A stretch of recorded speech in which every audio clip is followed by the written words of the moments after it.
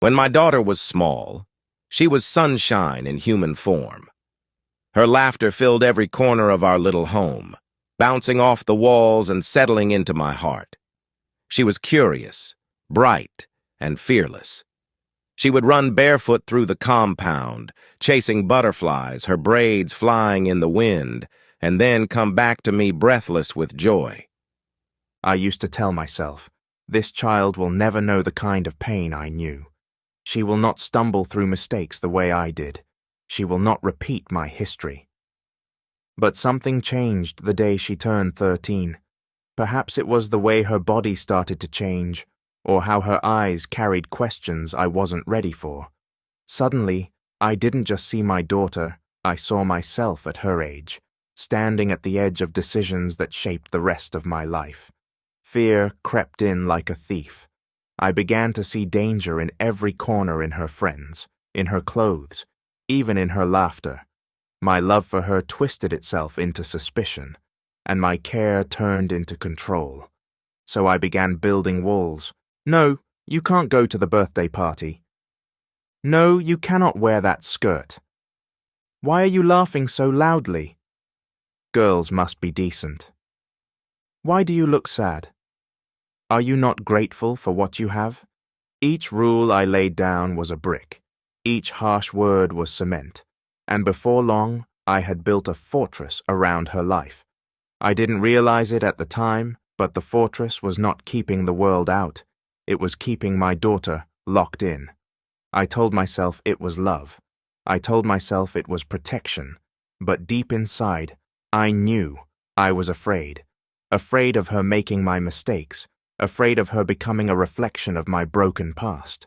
And in my fear, I forgot the most important truth. Children are not meant to be caged.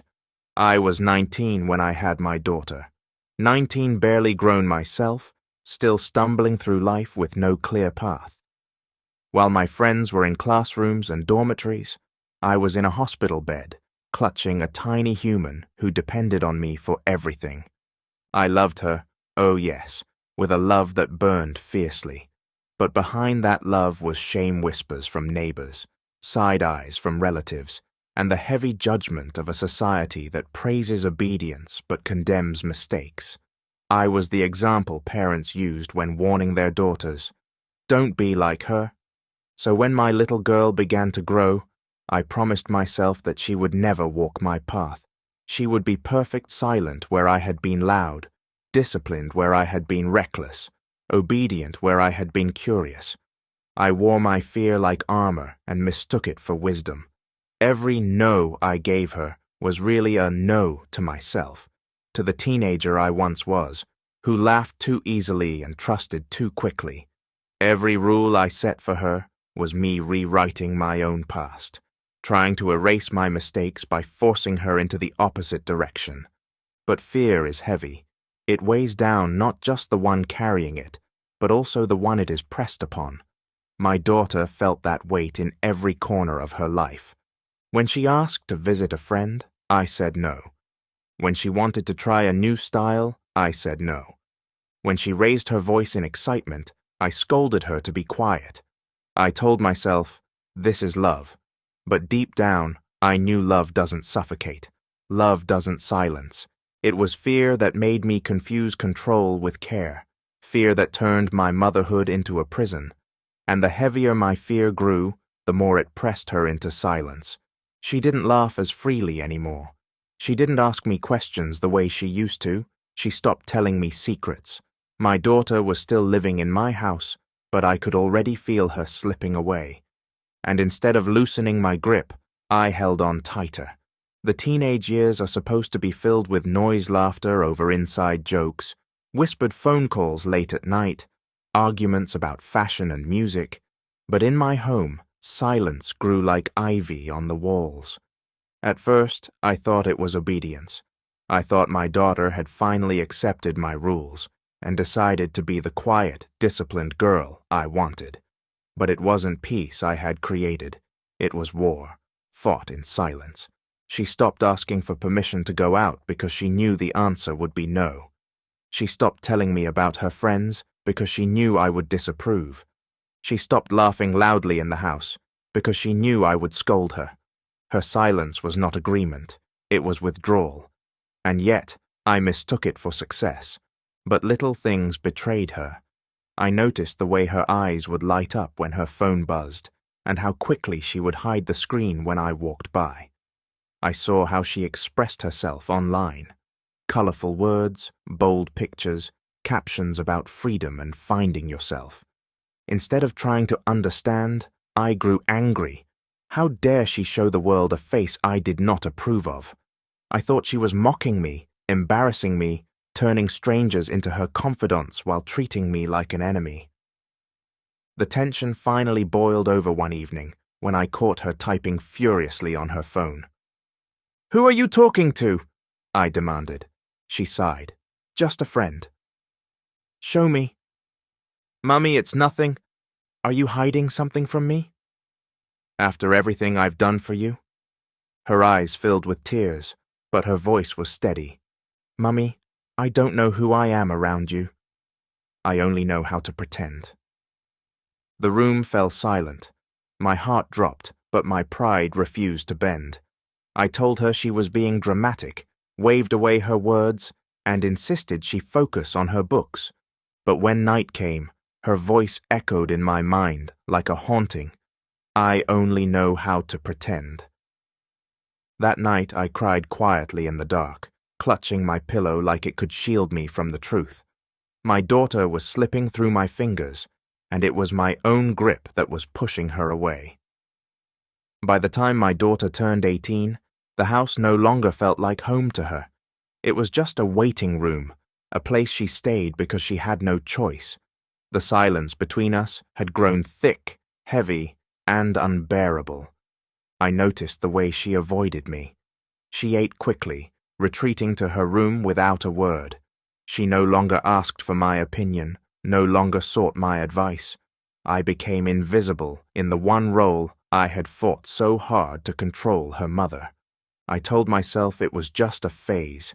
Teenagers are rebellious, I thought. She will come back to her senses. But deep down, I knew something had broken. One afternoon, I walked into her room to find a half-packed suitcase on her bed. My chest tightened. "Where are you going?" I asked, my voice sharper than I intended. She didn't look up. "I've been accepted for a creative program in the city. I'll be moving out next month." The world seemed to tilt beneath me. "Moving out? At your age, who will look after you? What will people say?" She finally met my eyes, and for the first time, her voice was calm, not fearful. "Mummy, I have to breathe." "I can't keep pretending in this house. I need to find out who I am without the cage." Her words cut deeper than any knife. I wanted to protest, to beg, to command her to stay, but I saw the determination in her face, the kind that no rule or scolding could erase. The day she left, I sat on her bed after she walked out with her bags. The walls of her room seemed emptier, stripped of laughter, stripped of life. I pressed my palm against her pillow, inhaling the faint scent of her hair oil, and the tears came hot, unstoppable, endless. At church, people asked why my daughter no longer came with me. I smiled and said, "She's busy with school." My lips curved upward, but my heart bent inward with shame. I had built the walls, I had locked the doors, and when she finally found the courage to escape, she didn't look back. After she moved out, the house became unbearably quiet. No slammed doors, no music playing faintly from her room, no footsteps hurrying down the hallway. Only silence, the kind that reminded me every day that I had driven her away. I found myself waiting for her calls, staring at my phone like it might magically ring. But days turned into weeks, weeks into months, and my phone stayed cold. When I did call, she often didn't answer. On the rare occasions she picked up, her tone was polite but distant, like she was speaking to an acquaintance instead of her mother. Loneliness crept into me like a slow disease. I missed the little things, hearing her hum while cooking noodles, watching her scribble ideas in her notebooks, even arguing about silly things like curfews. Now I had none of that, so I began watching her from afar. I opened her social media pages in the quiet hours of the night, scrolling through photos of a daughter who seemed unrecognizable, and yet more herself than ever. Her hair, once black and plain, was now streaked with bold colors. Her smile, hidden from me for years, shone brightly for the world to see. Her captions spoke of freedom, creativity, and chasing dreams. And people loved her for it. Comments poured in, "You're so inspiring. Keep shining. You're fearless." Each word was a reminder that the world embraced what I had rejected. The very traits I tried to bury, her boldness, her creativity, her loud laughter, had become her crown. I should have been proud, but instead, jealousy twisted inside me. Not jealousy of her success, but of the fact that strangers got to see the version of her I had never allowed. I had silenced her in my home, and now she had blossomed in someone else's world. At church, people still asked why she no longer visited. My answer never changed. She's busy. But inside, I knew the truth. She wasn't too busy, she just wasn't ready to return to me. And so, I watched from afar, a mother peeking into her daughter's life like an outsider, wishing for a way back in. There came a night when the weight of my silence became too heavy.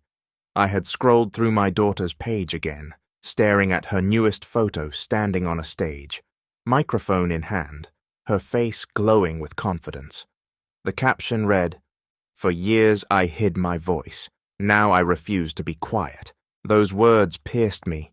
She wasn't just talking about her art.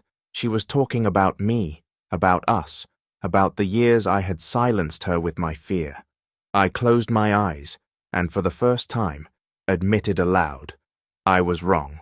Not protective, not wise, not loving in the way I convinced myself, just wrong. That night, instead of my usual prayers for God to bring her back home, I prayed differently. Lord, give me the humility to face the damage I've done, and give her the healing I could not give. The next morning, I sat at the dining table with pen and paper. My hands trembled, but I forced myself to write not rules, not lectures, not excuses, but truth. I told her I was sorry. Sorry for raising her in fear instead of faith.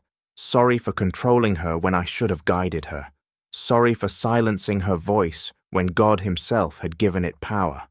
I told her that the woman she had become amazed me, that her boldness, her creativity, her laughter, all the things I once tried to hide, were the very things the world needed. I ended with these words, "I don't expect you to forgive me overnight. I don't expect things to return to how they were. I just want you to know I see you now, and I am proud of you." I slipped the letter into an envelope and mailed it, my heart pounding as if I were sending away a piece of my soul. I didn't know if she would read it. I didn't know if she would laugh at it, ignore it, or tear it apart. But for the first time in years, I felt honest. I wasn't trying to protect myself, or fix her, or rewrite the story. I was simply a mother admitting her fault and hoping for mercy. When I dropped the letter into the postbox, I whispered a prayer. Even if she never responds, let her know I love her. Let her know I see her. And then I waited.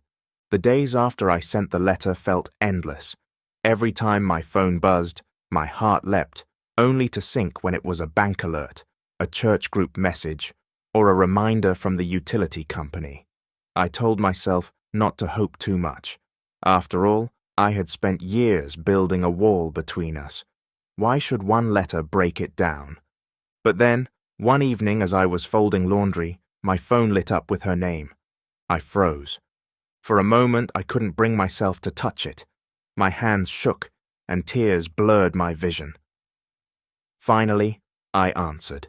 Her voice was quiet, almost uncertain. "Mummy?" I swallowed hard. "Yes, my daughter." There was silence on the other end, and then she whispered, "I got your letter." My throat tightened. I meant every word. Another pause, then she said softly, "Thank you for saying that." I needed to hear it. It wasn't forgiveness. It wasn't laughter in my kitchen or long talks late at night. But it was something a door cracked open, a little light spilling through after years of darkness.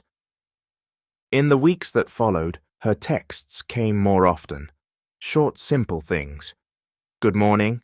I had an exhibition today. I'm fine, don't worry." Each one felt like a treasure, a fragile bridge slowly stretching between us. I learned to do what I should have done long ago, listen more than I spoke. When she shared a photo of her art, I didn't question her choices. I simply said, "It's beautiful. I'm proud of you." For the first time in years, I saw her respond without hesitation. She sent a smile emoji, small but precious. It was then I realized, rebuilding trust is not a sprint. It is a slow walk, step by step, moment by moment. And I was willing to walk it. I learnt that fear is not love. Fear builds cages. Love opens doors. Children are not meant to be controlled. They are meant to be guided, supported, and celebrated for who they are. Apologies matter.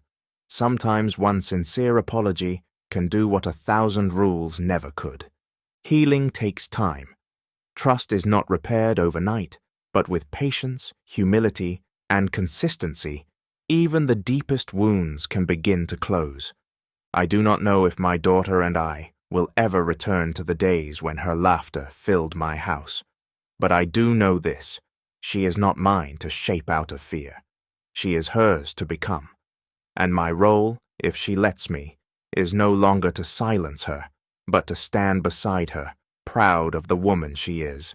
And that finally is enough. The end. This is Ink to Voices, where we transcribe emotions and make them audible. Kindly subscribe and comment for more.